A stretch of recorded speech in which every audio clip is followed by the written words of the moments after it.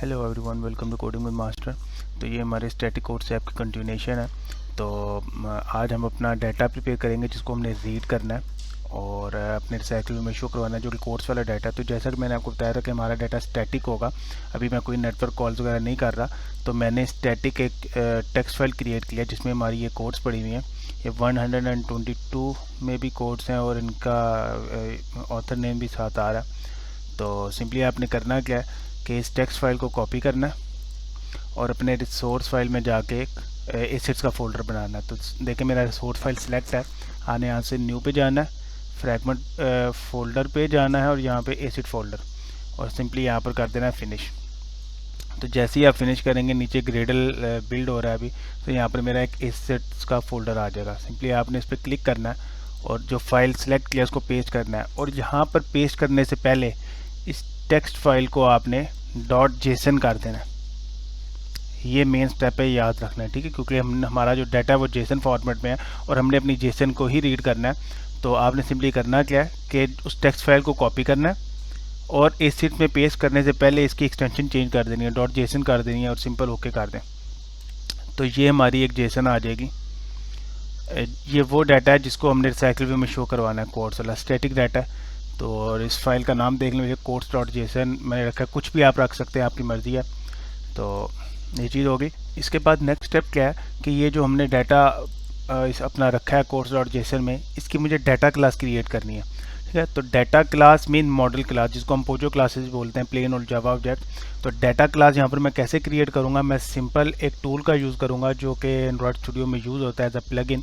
तो वो आप कैसे यूज़ कर सकते हैं, आपने यहाँ पर फाइल पे जाना है, यहाँ पर आ रहा होगा सेटिंग्स में चले जाएं और यहाँ पर आ रहा है प्लगइन्स, इन पे चले जाएं, ठीक है। आपने यहाँ पर सर्च करना है Kotlin JSON to Kotlin, ठीक है, ये है। और ये मेरा ऑलरेडी इंस्टॉल्ड है। अगर आप लोगों का इंस्टॉल नहीं है तो आपने सिंपली यहाँ पर क्या करना है, इंस्टॉल्ड, और जो भी ऑप्शन आ रही है okay okay I think so करना होता है। और फिर आपने इसको जब अब ओके करेंगे तो ये ऑलरेडी इंस्टॉल्ड हो चुका है। अब आपने करना क्या है कि आपने ये जो जेसन है इसको कॉपी करना है। सिंपली कंट्रोल ए कर लें, ये कॉपी हो जाएगी। अब मैं बना के आ रहा हूँ इस जेसन की डाटा क्लास, ठीक है। तो आपने सिंपली इस पैकेज पे क्लिक करना है, न्यू, मैं एक न्यू पैकेज क्रिएट कर रहा हूँ जिसका नाम है मॉडल्स। और इस पैकेज में मैं राइट क्लिक करके देखें एक ऑप्शन आ रहा है Kotlin data class file from Jason, इस पर क्लिक करें, ठीक है।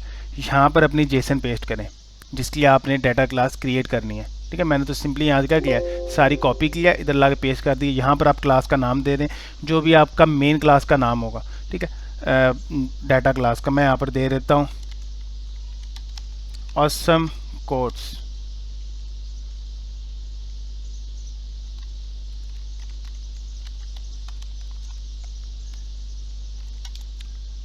ऑसम कोड्स, ठीक है।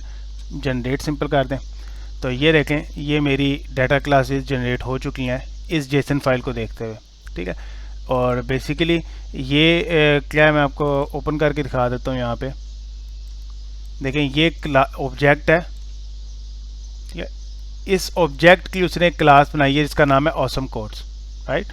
इसके अंदर एक आ रही है कोड्स की एरे। तो उस कोड्स की एरे की इसने क्या बना दी है, ये वाली क्लास। और फिर मेन क्लास जो कि हमारी ऑसम कोड्स है, इसके अंदर उसकी लिस्ट ले लिया, ठीक है। तो ये सिंपली खुद जनरेट कर देगा। तो ये हमारी मेन क्लास है जिसके अंदर हमारी कोड्स की एरे आ रही है, जैसा कि आपको यहाँ पर नज़र भी आ रहा है कि ये क्लास है, ये ऑसम क्लास है, ये ऊपर वाली ब्रैकेट, इसके अंदर क्या आ रही है, एरे ऑफ कोड्स। तो सेम यहाँ पे भी क्या किया, उसने एक क्लास क्रिएट किया, उसके अंदर क्या ले लिया, लिस्ट ऑफ कोड्स, और कोड्स का ये अलग कर दिया, राइट। तो इस तरीके से आप एक डाटा क्लास को क्रिएट कर सकते हैं जेसन से। बहुत ही आसान में है, खुद नहीं बनाने की ज़रूरत। तो सिंपली ये बहुत अच्छा एक टूल प्रोवाइड किया है, प्लगइन प्रोवाइड किया गया है। तो आप इस प्लगइन को यूज़ करके अपनी डाटा क्लास को क्रिएट कर सकते हैं। बाद हमारा थर्ड स्टेप क्या है कि ये जो मैंने डाटा क्लास क्रिएट किया है, देखिए ये जेसन फॉर्मेट है, राइट। तो इसको रीड करने के लिए एक लाइब्रेरी यूज़ होती है जिसका नाम है JSON, JSON, ठीक है। तो उसका ऐड होना ज़रूरी है यहाँ पे, ठीक है। तो वो लाइब्रेरी हम यूज़ करेंगे इस डाटे को रीड करने के लिए, जो कि हमारा यहाँ पर कोड्स के अंदर बेसिकली ये देखें ना, स्ट्रिंग है। तो इस स्ट्रिंग से मैं क्या करूँगा, ये वाले जेसन ऑब्जेक्ट्स बनाऊंगा जो मैंने यहाँ पर डाटा क्लासेस क्रिएट की हैं। ठीक है, तो उसके लिए एक लाइब्रेरी यूज़ होती है जिसका नाम है जीसॉन। ठीक है, तो चलें जीसॉन को ऐड करते हैं। तो मैं अपने क्रोम पे जाता हूँ, ये मैंने लाइब्रेरी इस टाइम फ्रेंडली ओपन की हुई है, इसका मैं लिंक भी डिस्क्रिप्शन में दे दूंगा। तो सिंपली आपने करना है कि एज डिपेंडेंसी को कॉपी करना है और ग्रेडल फाइल में जाके इसको यहाँ पे पेस्ट कर देना है और मैं यहाँ पर ऊपर कमेंट ऐड कर देता हूँ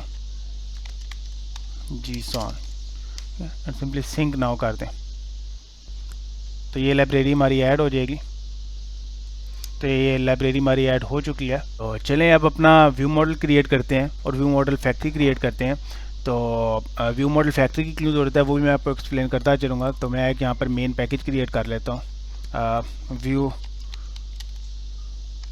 मॉडल्स नाम से। इसके अंदर मैं एक व्यू मॉडल क्रिएट करता हूँ मेन व्यू मॉडल, क्योंकि हमारी मेन एक्टिविटी है तो इसका मैं नाम भी मेन व्यू मॉडल ही दे रहा हूँ। ये एक्सटेंड होगा व्यू मॉडल से और सिंपली इसमें हम अपना वो जो भी लॉजिक होगी बिजनेस लॉजिक वो हम राइट करेंगे। यहाँ पर क्यों राइट करने की ज़रूरत है, जैसा कि मैंने आपको प्रीवियस वीडियो में बताया हुआ है कि मेन एक्टिविटी का काम क्या है, व्यूज़ को रेंडर करना और उनके क्लिक्स को कंट्रोल करना, जो व्यूज़ हैं उनके क्लिक्स को कंट्रोल करना। बाकी जितनी भी बिजनेस लॉजिक है, हमारी डाटा लॉजिक है, वो हम व्यू मॉडल के अंदर लिखते हैं, ना कि मेन एक्टिविटी के अंदर।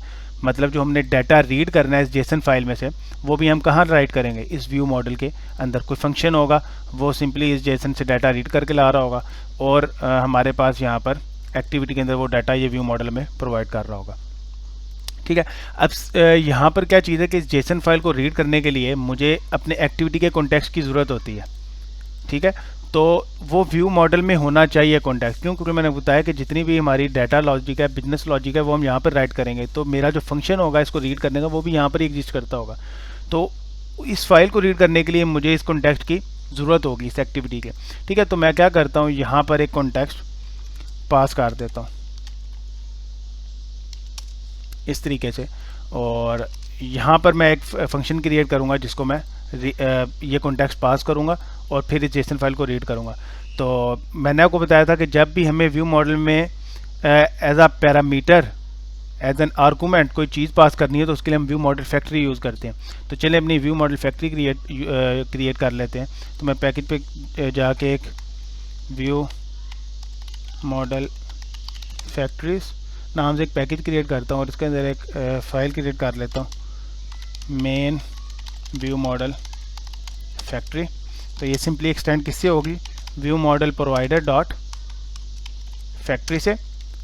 एंड इसके अंदर भी मेरे पास पैरामीटर में कॉन्टेक्स्ट आ रहा होगा और यहाँ पर मैं कंट्रोल ओ प्रेस करता हूँ, ओवररिडन मेथड्स आ जाएंगे मेरे पास। तो ये पहला मेथड आप यूज़ कर लें और यहाँ से सिंपली आप मेन व्यू मॉडल पैरामीटर में कॉन्टेक्स्ट एज टी। तो इस तरीके से आप main view model factory class create करेंगे अपनी इस मेन व्यू मॉडल के लिए, जिसमें क्या चीज़ है कि हम फैक्ट्री को कॉन्टेक्स्ट पास करेंगे या आगे मेन व्यू मॉडल में ये कॉन्टेक्स्ट पास करेगा और हमें उसका एक ऑब्जेक्ट बना के अपनी मेन एक्टिविटी में प्रोवाइड कर देगा। तो चलें इस अपने मेन व्यू मॉडल को अपनी एक्टिविटी के साथ अटैच करते हैं यहाँ पे। तो सिंपली हम करेंगे क्या, let init var main view model. तो अब इनिशियलाइज करवाने का तरीका आपको पता है, main view model is equal to view model provider. पहला पैरामीटर क्या होता है, लाइफ साइकिल ऑनर, जो कि हमारा दिस है। And second parameter view model factory class का ऑब्जेक्ट। तो यहाँ पर मैं view model main view model factory और इसमें कॉन्टेक्स्ट पास करूँगा जो कि दिस है हमारा, और इसके बाद डॉट गेट अपने व्यू मॉडल का नाम main view model : class dot जावा।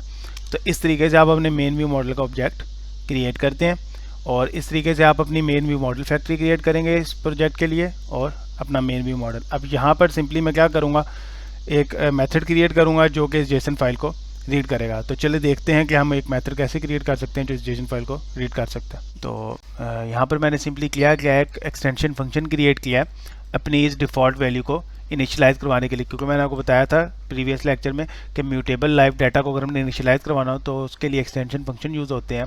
तो ये एक एक्सटेंशन फंक्शन, एक जेनेरिक एक्सटेंशन फंक्शन था जो कि मैंने आपको प्रीवियस वीडियो में भी बताया था जब मैंने आपको लाइव डाटा से रिलेटेड चीज़ें एक्सप्लेन की थी।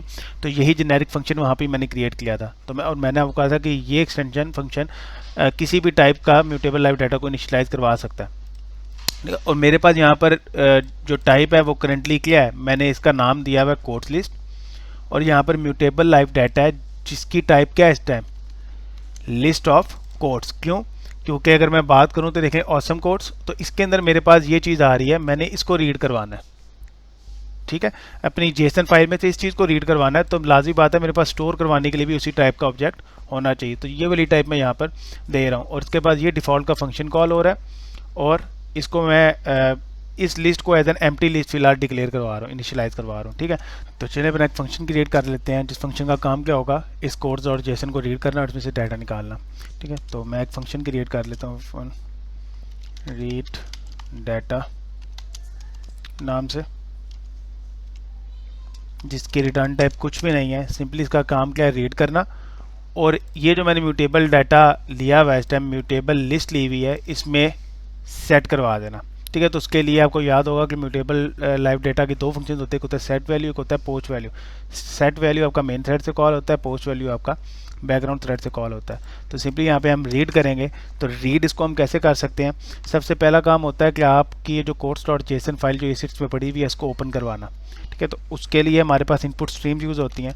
तो मैं यहाँ पर एक इनपुट स्ट्रीम ले लेता हूँ जिसका काम क्या है, इसको ओपन करवाना, जो कि codes.json हमारी फाइल है जो कि ECDs में पड़ी हुई है। ठीक है, तो सबसे पहले यहाँ पर कॉन्टेक्स्ट यूज होगा, कॉन्टेक्स्ट डॉट, फिर आप लिखेंगे एसिड्स, जो कि हमारा ये एसिड्स फोल्डर है। इसके बाद डॉट ओपन का मेथड कॉल करना है, और सिंपली आपकी जो भी फाइल का नाम है, हमारे केस में क्या है codes.json, वो फाइल आप यहाँ पर उसका नाम पास कर दें। आप कोई भी नाम दे सकते थे उस फाइल को, स्टार्ट में मैंने आपको दे के बताया था, तो वही सेम नाम आपने यहाँ पर प्रोवाइड करना है। अब हमारी ये इनपुट स्ट्रीम में क्रिएट हो चुकी है।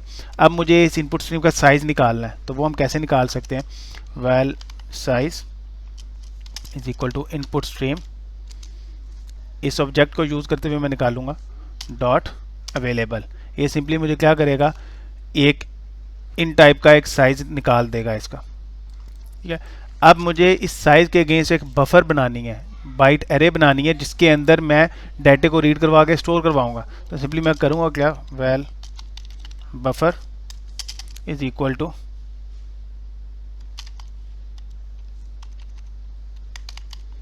Bite array size.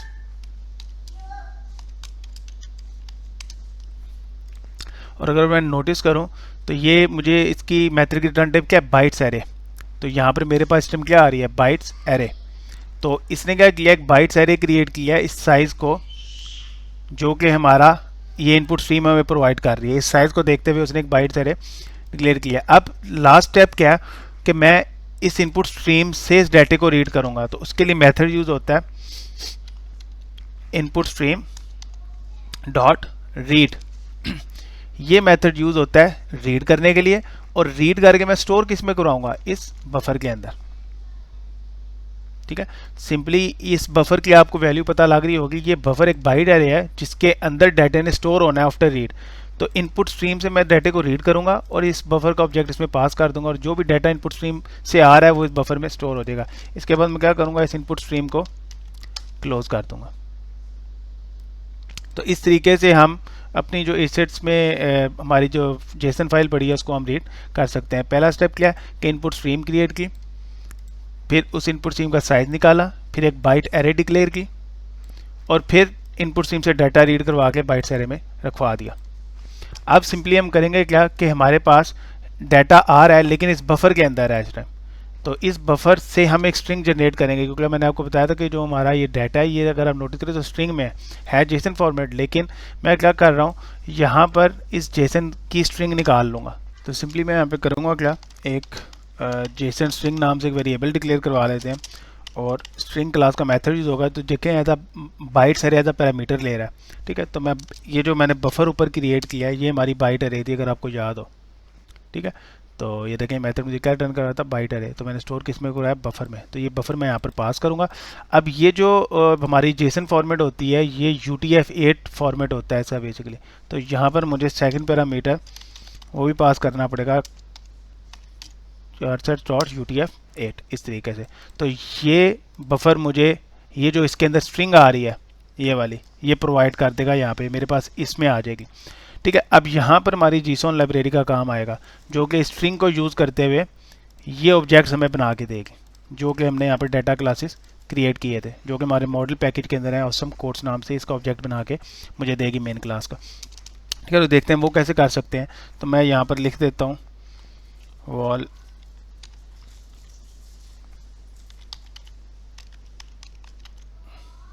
awesome codes is equal to, इससे पहले मुझे वो JSON का ऑब्जेक्ट भी बनाना पड़ेगा, val JSON is equal to JSON। अब इसके अंदर मैं स्टोर करवाऊंगा, सिंपली करूँगा क्या, यहाँ पर मैं लिखूँगा JSON डॉट फ्रॉम JSON। ठीक है, तो फ्रॉम JSON देखें पहला पैरामीटर क्या ले रहा है, स्ट्रिंग। तो मेरी ये JSON स्ट्रिंग ऊपर ऑलरेडी बनी हुई है, मैं यहाँ पर वो JSOन स्ट्रिंग पास कर दूंगा।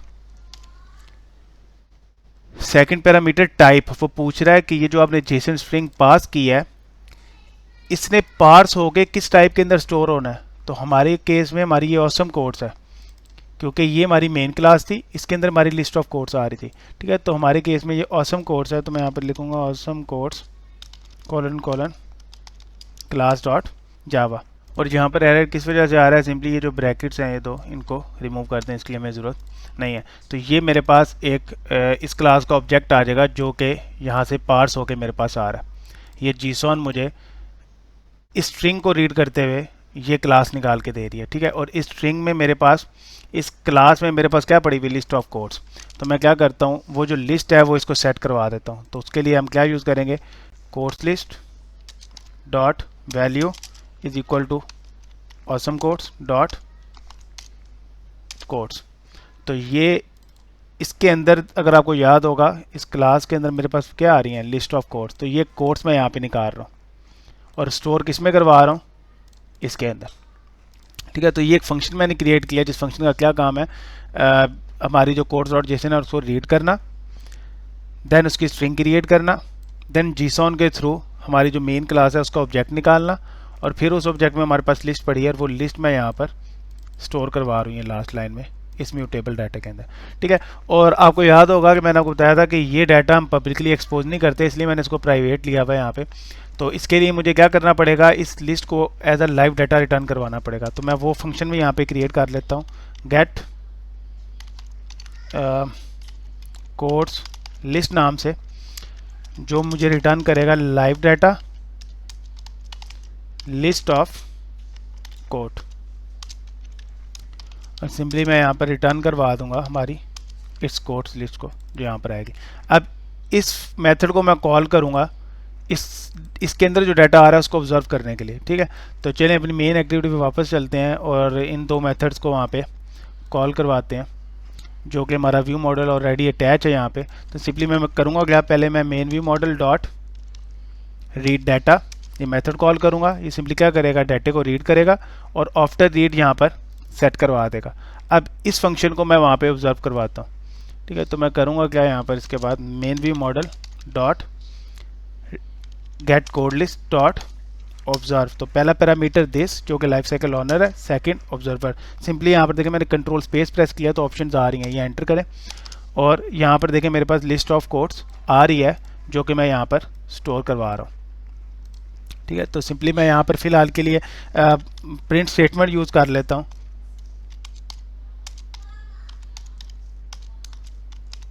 साइज कोड्स का चेक करने के लिए। तो ये मैंने यहाँ पर मैंने प्रिंट स्टेटमेंट को ऐड कर दिया। तो चलिए एप्लीकेशन को रन करते हैं और चेक करते हैं कि क्या हमारे पास लिस्ट का जो साइज़ है यहाँ पर वो आ भी रहा है कि नहीं आ रहा।